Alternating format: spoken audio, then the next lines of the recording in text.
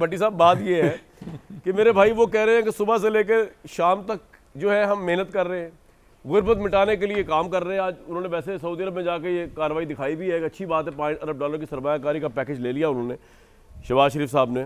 तो सर वो कह रहे हैं कि आ जाए इमरान खान, ये इतना ही सिंपल ये फील कर रहे हैं कि आ जाए, हमें क्या फ़र्क पड़ता है, आगे ले लें हुकूमत। ये इतना ही सिंपल है जितना मुसद्दिक साहब कह रहे हैं।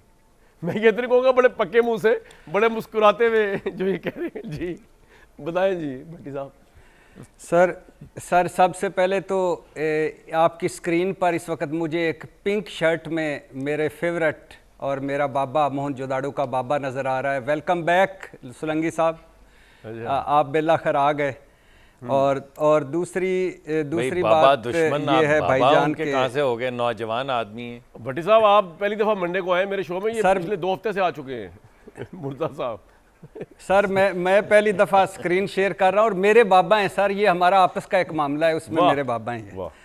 तो अच्छा सर, इशू ये है कि इस सवाल पे, इस बामकसद और बामानी और पुरमगज़ सवाल पे आने से पहले मैं सुना है अभी, और अगर ये सच है तो army chief general Asim Munir का शुक्रिया कि उन्होंने इंसानी हमदर्दी की बुनियाद पर 9 मई मुकदमात में सज़ा पाने वाले 20 अफराद की सज़ा माफ़ कर दी है।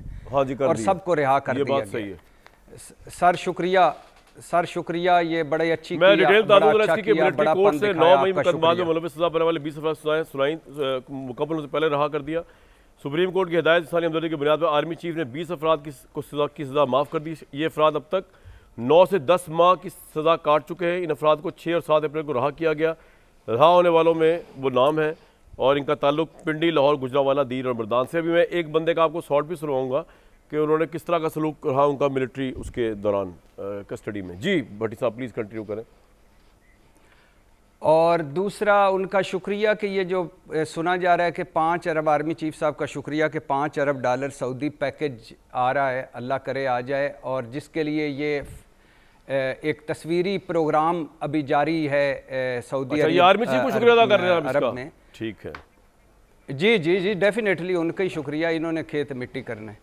और ये खैर से एक तस्वीरी प्रोग्राम है। अपने दफ्तर के अफसरों को 4 तनख्वाहें बोनस देकर, और वो भी कमर्शियल बैंकों से 23% सूद पर लेकर, पैसे देकर 31 लोगों के साथ उम्रे पे गए हैं। और ये मैं मुसद्दिक भाई से मुत्तफ़िक हूँ कि ये गुर्बत मिटाओ प्रोग्राम पे चल रहे हैं। कम अज़ कम इनके थोड़े से दिनों में आध चीमा की गुर्बत तो दूर हुई, उनके बच्चों की फ़ीस माफ़ हुई, और अब वो उम्रा भी फरमा रहे हैं। अल्लाह ने उन इतने गरीब आदमी को उम्रे की सादत नसीब फरमाई। बाकी भाईजान, ये इमरान खान से खौफज़दा ना हो, हुकूमत करें, लेकिन ये क्या हुकूमत कर पाएंगे? ये हुकूमत चल पाएगी? वफाकी हुकूमत की कोई सिमत या कोई नज़र आ रही है डायरेक्शन? चारों सूबों की हुकूमतें ऐसे हैं जैसे अलग अलग एक दूसरे से कटे हुए जजीरे, एक दूसरे से जैसे कोई तल्लक नहीं। चारों तरफ इख्तलाफात हैं। मुस्लिम लीग में इख्तलाफात, हुकूमती इत्तेहादी जमातों में इख्तलाफात, हुकूमत में इख्तलाफात, शहबाज स्पीड बामुकाबला मोहसिन स्पीड, KP बामुकाबला मरकज़, वज़ीर ख़जाना की कमेटियों में वज़ीर ख़ारजा साहब बैठे हुए हैं, ECL कमेटी में वज़ीर दाखिला नहीं, मरकज़ KP को चीफ सेक्रेटरी नहीं दे रहा, पंजाब मरकज़ को मोहसिन नकवी साहब के पसंदीदा अफसर नहीं दे रहा। भाईजान आपको पता है कि मैंने पढ़ा था कि अगले 5 सालों के लिए हमें $120 अरब चाहिए, और इंसानी तरक्की में पाकिस्तान हेटी और जिम्बाब्वे से भी पीछे है। और खैर से 164वें नंबर पर हैं हम।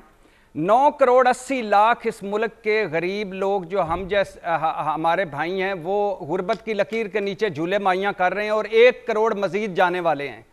मजदूर की दिहाड़ी 5% बढ़ी है, और महंगाई ये तो इमरान खान भी ठीक नहीं कर सकता आगे भाई, ये तो कोई नहीं कर सकता, तो वो भी नहीं कर सकते। जी मैं उसको छोड़ें सर उसको छोड़ें, इमरान खान को। उसका अवाम की अदालत में मुकदमा है, तारीख की अदालत में मुकदमा है, पाकिस्तानी अदालतों में मुकदमा है, वो जाने और वो अदालतें जाने। इनकी बात करें जो इक़्तिदार में है। 7 साल पहले हमारी स्टॉक एक्सचेंज $100 बिलियन की थी, अब $70 बिलियन माइनस हो गए हैं, $30 बिलियन की रह गई है। कुल जीडीपी हमारी 340 अरब डॉलर है और मुकेश अंबानी अकेला 40% जीडीपी हमारी जितना है। रूल ऑफ लॉ में 142 मुल्कों में 130वें नंबर पर है। और आखिरी बात, मैंने बात की थी जानो माल के तहफ़्फ़ुज़ में, जानो माल के तहफ़्फ़ुज़ में, सुनिए सर, जानो माल के तहफ़्फ़ुज़ में 142 में 140वें नंबर पर हैं, 140वें नंबर पर। भाईजान ये कंपनी चलने वाली नहीं है, ये भांत भांत का मुरब्बा जो चूं चूं का मुरब्बा है, ये चलने वाले नहीं है। ये हम नहीं, हम इनके साथ हैं, हम सलूट मारेंगे। ये आपस अपने वजन से गिरने वाले हैं।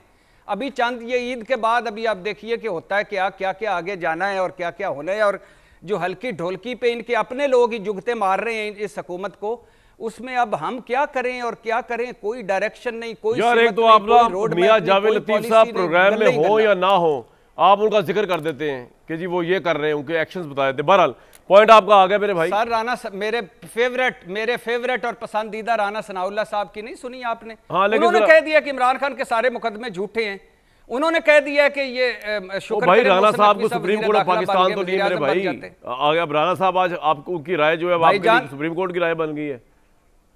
जी आपके लिए क्यों बुरी हो गई आज राना सनाउल्लाह की राय? मैं कोई सुप्रीम कोर्ट ऑफ वैसे मेरे लिए तो राय तो कोई भी दे सकता है ना। आपने मुझसे क्या राय मांगी? अच्छा राय मांगी आप? ठीक, मैं बताता हूँ। मेरी तो राना साहब के साथ हमेशा ही लड़ाई रही है, सिवाय आज कुछ अरसे से नहीं हुई लड़ाई, तो इसलिए उनकी राय को मैं कभी भी चैलेंज कर सकता हूँ। आगे चलते हैं।